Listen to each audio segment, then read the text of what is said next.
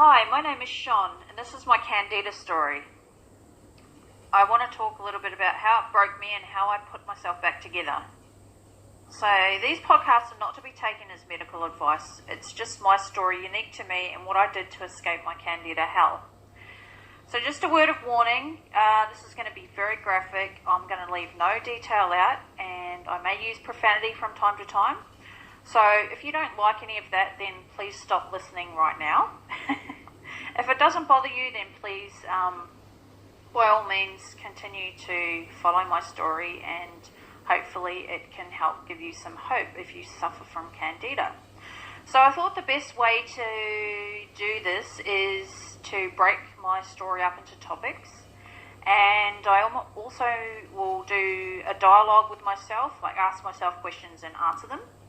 Not, that I'm crazy or anything, but just thought it would be a good way to structure it. So today I'm going to talk about constipation and my experiences with that. So let me get started. So how long was I constipated for, or have constipation problems? So I would say from my early 20s, it all started and went downhill from there up until the age of about 32. So that's 12 years of severe constipation. So I've had quite a bit of experience with it. I've tried lots of different things over those years. So my next question is, what were some of the symptoms of my constipation? So I would have severe, and I mean severe, bloating, where I could, have trouble fitting my clothes. I would have trouble sitting down because it just felt so uncomfortable. I would have severe, debilitating anxiety, where sometimes I would just shake, or I would be paralysed because I just felt so awful, like I was going to die. I had really bad brain fog, to the point where I sometimes wouldn't be able to count properly. I worked as a microbiologist over the years, and I would have to do a lot of counting, counting hundreds of colonies on an agar plate. I would lose count all the time, and I would just have to start over. Like, it was a very hard thing to deal with. Also, that came with the constipation was the fatigue. That was quite bad as well. I would get hemorrhoids. I would get bleeding. Sometimes I would just get really, really hard stools, like little stones that were really hard to pass. And I just felt god awful. Like, I was uncomfortable no matter what I did. I would lay down and feel uncomfortable. I would sit, I would be uncomfortable.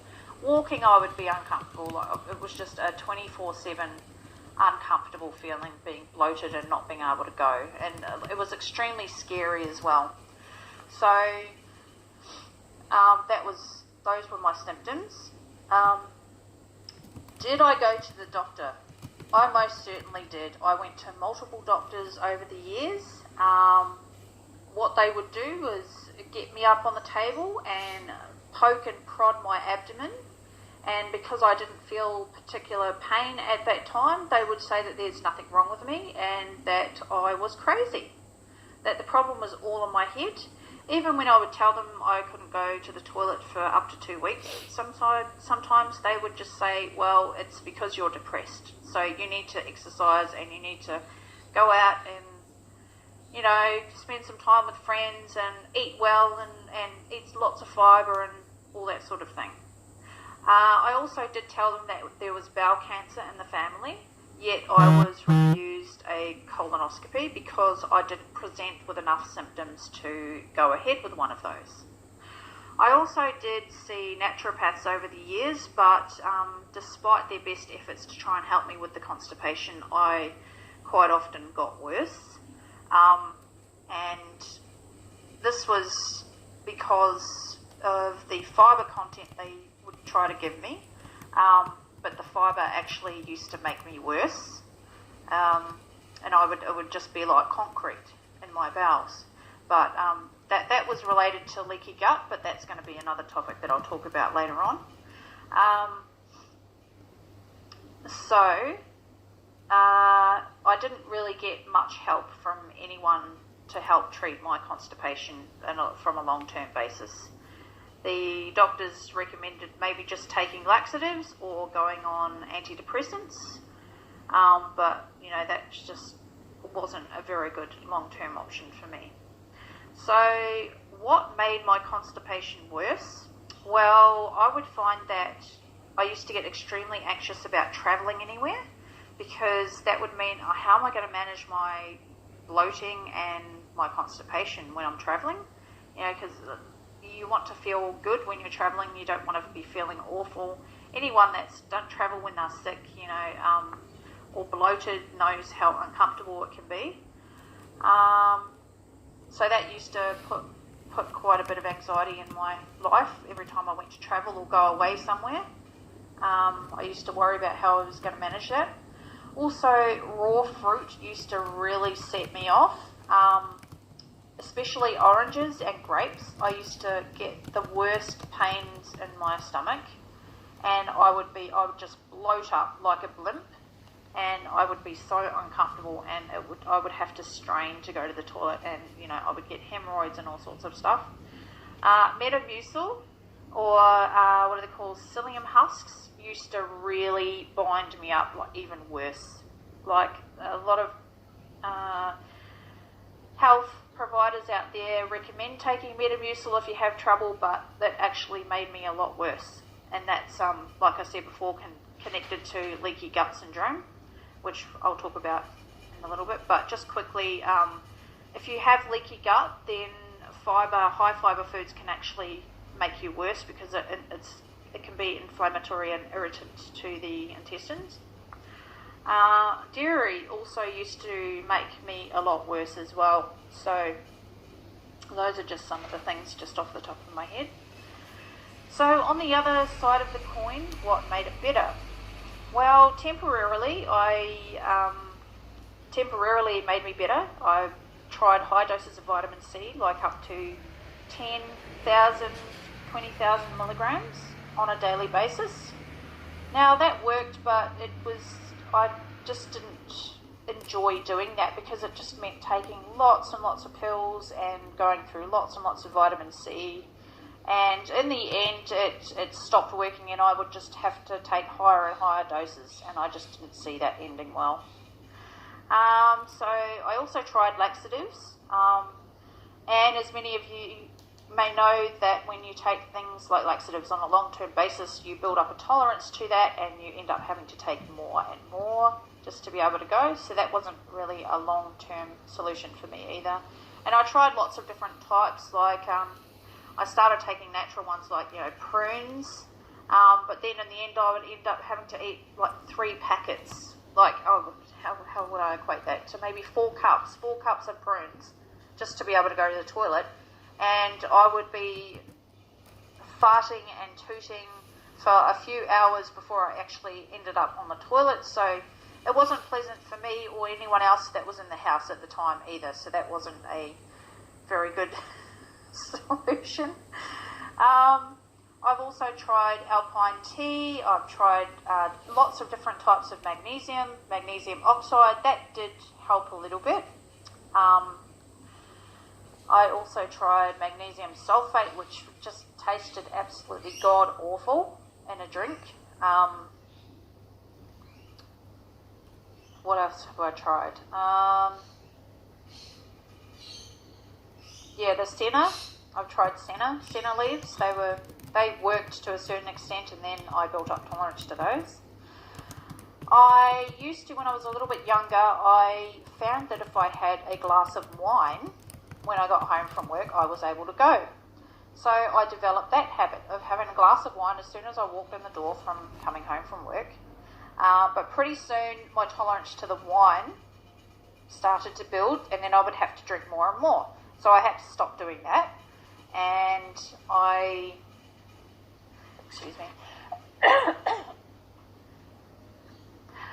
tried using suppositories. They were okay for a little while, but then again, they stopped working after I built up a tolerance to those. I I also used to do, before I found this advanced Fusion Health Advanced Magnesium Blend, I used to do a lot of enemas. They were my only go-to desperation tool. So every night I would set aside an hour to go and do enemas. And I tried enemas from, lemon juice enemas, I would put maybe the juice of one lemon in some water and I would use that. I'd also try coffee enemas. They worked pretty well to some extent. And also I would also try apple cider vinegar in there as well. All of these solutions were like good temporary ones, but just not ones that I wanted to use on, for long term. There was also a product I could get through my naturopath called Carmex from a company called Metagenics. I found that was quite good as well, but considering I had to go to a naturopath to get it every single time, it just became like an expensive way to relieve the constipation.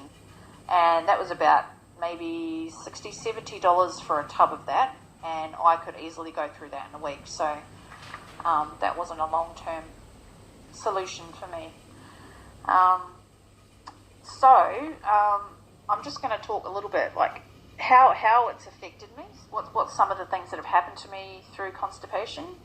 Well, sometimes after I would do enemas, I would get an absolute fright when I got up off the toilet, because I would see these large sort of paley yellow type rope type things, and I immediately thought, oh my god, I've got parasites or worms. But there's been various Facebook groups that I've joined over the years, and apparently, I don't know how true this is or not, but the candida can form like a rope fungal type formation, and I have no idea what this was that I saw, but it was like probably it could range anywhere from 10 centimetres up to 15 centimetres long, and sort of like a spirally type of it almost looked like a worm. Yeah, it was quite frightening. And I would see them from time to time after doing enemas. So that was one of the bizarre things that have happened to me over the years. I've also had a few accidents where I've overdosed on laxatives. I remember one time when I was travelling to and from university when I was a little bit younger, and I was actually staying with a friend while I was studying, and it was my last exam the next day.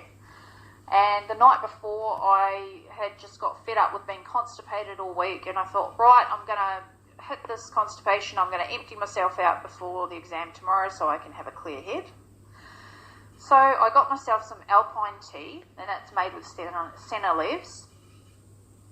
So I got some of this tea, and I made up a nice big brew, and I just sipped on it from about 4 p.m. 4 p.m. to 5 p.m. I sipped on this cup of tea, and I thought, righty, I'll wait for an hour. Hopefully it'll kick in. I'll be able to have a good bowel movement, and then I can have a great sleep and, wake up nice and refreshed. An hour later, this tea just had not worked. I thought, okay, well, I'm getting a little bit desperate now, so I'll put 2 tea bags in, and I'll drink that. So by 8 o'clock, still nothing had happened. I thought, right, I have to go. I have to find some way to go. I don't have an enema bag with me. I've got to go. So I ended up, in desperation, ripping one of the tea bags open and actually drinking the leaves, ingesting the leaves. And by about 10:30, 11 o'clock at night, I still had it gone. And so I just gave up at that point and thought, okay, I'll just go to bed. And I'm just going to have to put up with being bloated and constipated tomorrow. At about 3 o'clock in the morning, I woke up in a cold sweat with an awful cramp in my stomach. And the cramp was so severe that I actually had to roll out of bed. I couldn't stand up. I had to roll out of bed and crawl to the toilet. I managed to get myself up on the toilet because the diarrhea was so bad.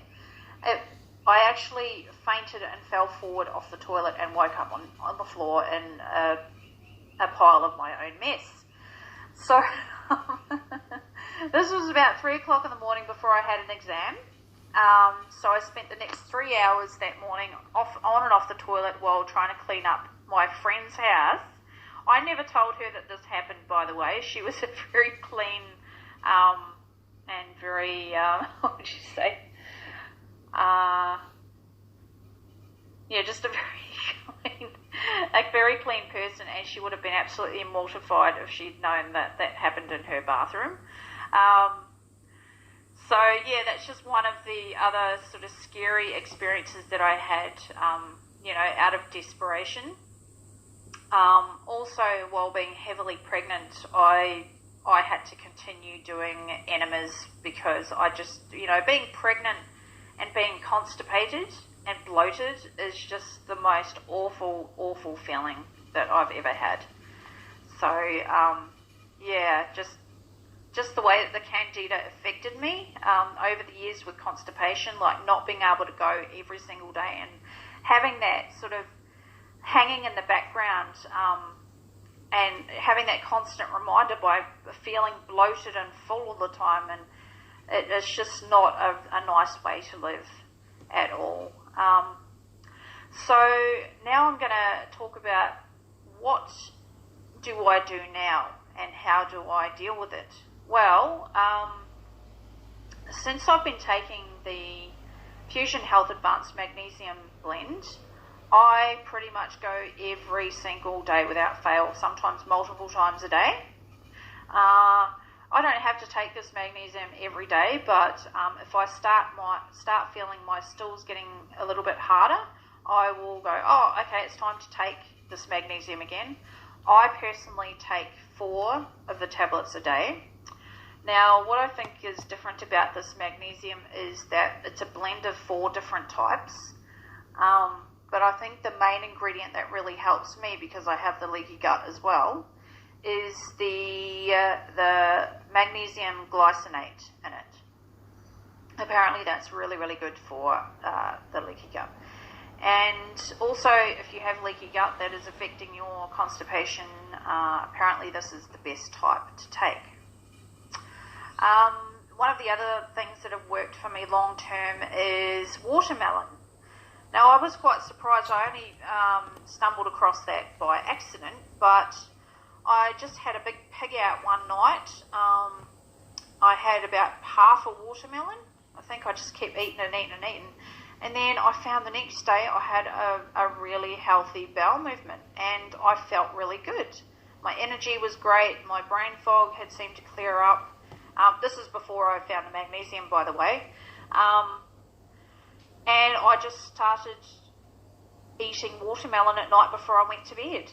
And I just found overnight it seemed to calm down my intestines and make them less inflamed and helped everything move. And I actually did a little bit of reading up on watermelon, and apparently there is a compound in it called the sertraline.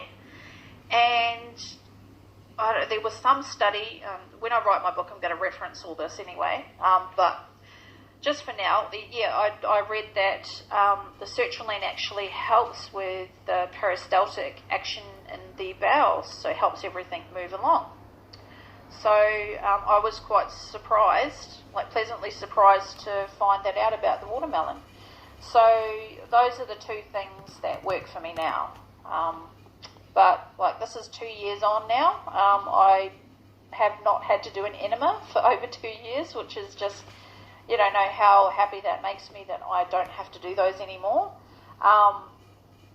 But, out of all of the symptoms that I had with my candida, that would have to be the one that's at the top of the list, was the constipation. It was just the worst thing in the whole world for me. It really did break me, but I'm really happy now that I can be out of that hell and that I go every single day, and it's so much better. My quality of life has improved so much. I'm much happier, and I hope that by sharing this story about myself that I can help other people by giving them hope or maybe some of the things I tried might work for you. I'm not sure. But try at your own risk. This is what I did for myself. I'm not advising anyone else to try any of these things. But I hope this story has given hope. Thanks for listening. Stay tuned for my next topic, and I'll post that shortly. Bye.